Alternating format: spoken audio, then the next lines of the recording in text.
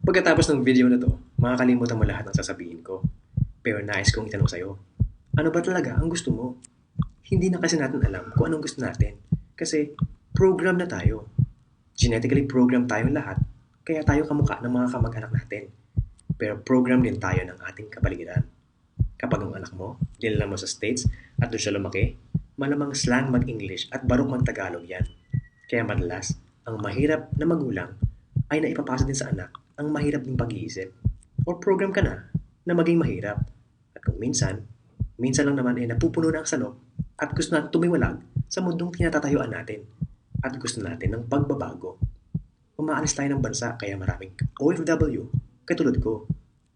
Gusto natin ng pagbabago or different environment. Pero ang pag-iisip natin, pareho pa din. Program pa din. Utak mahirap sa Pilipinas at paglipad utak mahirap pa rin sa ibang bansa. Sa tingin niyo may pagbabago? Sapagkat hindi lang sa pag-iiba ng environment makikita ang pagbabago, kundi sa sarili nating pag-iisip. Uulitin ko po, ano ba talaga ang gusto mo? Hindi gusto ng magulang mo para sa'yo. Hindi gusto ng anak mo para sa'yo. Hindi gusto ng kaibigan, katrabaho, kapitbahay o kakilala mo.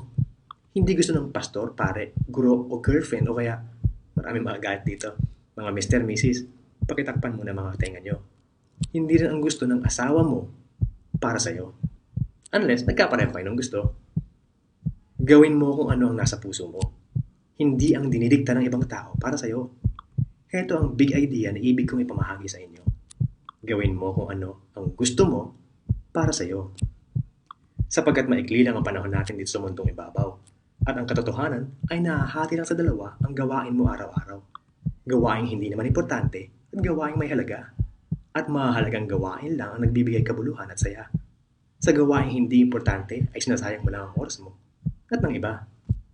Kaya't alamin mo kung ano ang pinapahalagahan mo at igugol mo lahat ang maikli mong oras sa isa sa katuparan nito. Sa una hindi ka magiging komportable at mahihirapan ka. Tandaan, mahirap lahat sa umpisa.